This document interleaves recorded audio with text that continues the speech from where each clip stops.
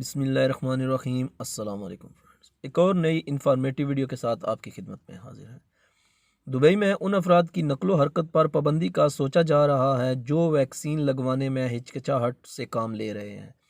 عرب news نے Dubai کے مقامی میڈیا کے حوالے سے بتایا ہے کہ national emergency crisis and disaster management authority کے ترجمان ڈاکٹر سیف الدائری کا کہنا ہے کہ ویکسین بیماری سے بچنے اور صحت مند زندگی کی طرف لوٹنے کا اہم ذریعہ ہے۔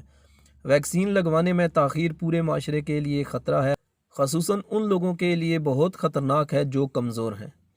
ڈاکٹر الدائری کا مزید کہنا تھا کہ ویکسین نہ لگوانے کی نقل و حرکت کو محدود کرنے کے لیے سخت اقدامات پر غور ہو رہا ہے، جیسے کچھ مقامات میں داخل ہونے اور خدمات حاصل کرنے سے ممانعت، تاکہ سب کی صحت کا خیال رکھا جا سکے۔ انہوں نے اس امر پر زور دیا کہ وہ تمام لوگ جن کی عمر 16 سال یا زیادہ ہے وہ ویکسین لگوائیں۔ متحدہ عرب امارات میں حکومت کی جانب سے لوگوں کی ویکسین لگوانے کی مہم کے دوران 1903 نئے کیسز رپورٹ ہوئے ہیں، جبکہ 3 اموات ہوئی ہیں۔ سرکاری نیوز ایجنسی وام کی رپورٹ کے مطابق ملک میں اب تک 5,840 کیسز رپورٹ ہو چکے ہیں، جبکہ مجموعی طور پر 1,559 اموات ہوئی ہیں۔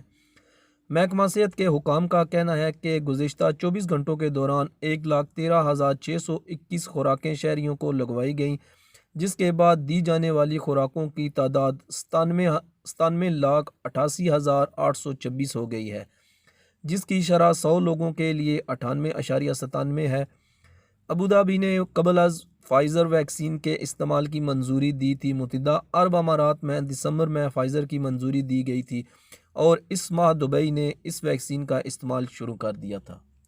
تو فرینڈز، آج تک کے لیے اتنا ہی، ملیں گے کسی اور اچھی انفارمیٹیو ویڈیو کے ساتھ، تب تک کے لیے اللہ حافظ۔